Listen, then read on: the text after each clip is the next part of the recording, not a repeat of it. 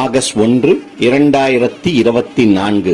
ரிஷப ராசியில் குரு பகவான், செவ்வாய் பகவான், கடக ராசியில் சூரிய பகவானுடன் வக்ரம் பெற்ற புத பகவான், சிம்ம ராசியில் சுக்கிர பகவான், கன்னி ராசியில் கேது பகவான், கும்ப ராசியில் வக்ரம் பெற்ற சனி பகவான் மற்றும் மீன ராசியில் ராகு பகவான் சஞ்சரிக்கின்றனர்.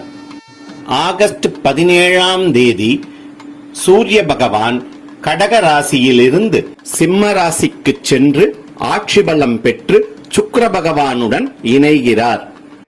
ஆகஸ்ட் 26ஆம் தேதி சுக்கிர பகவான் சிம்ம ராசியிலிருந்து கன்னி ராசிக்குள் நுழைந்து நீச்சம் பெற்று கேது பகவானுடன் இணைகிறார்.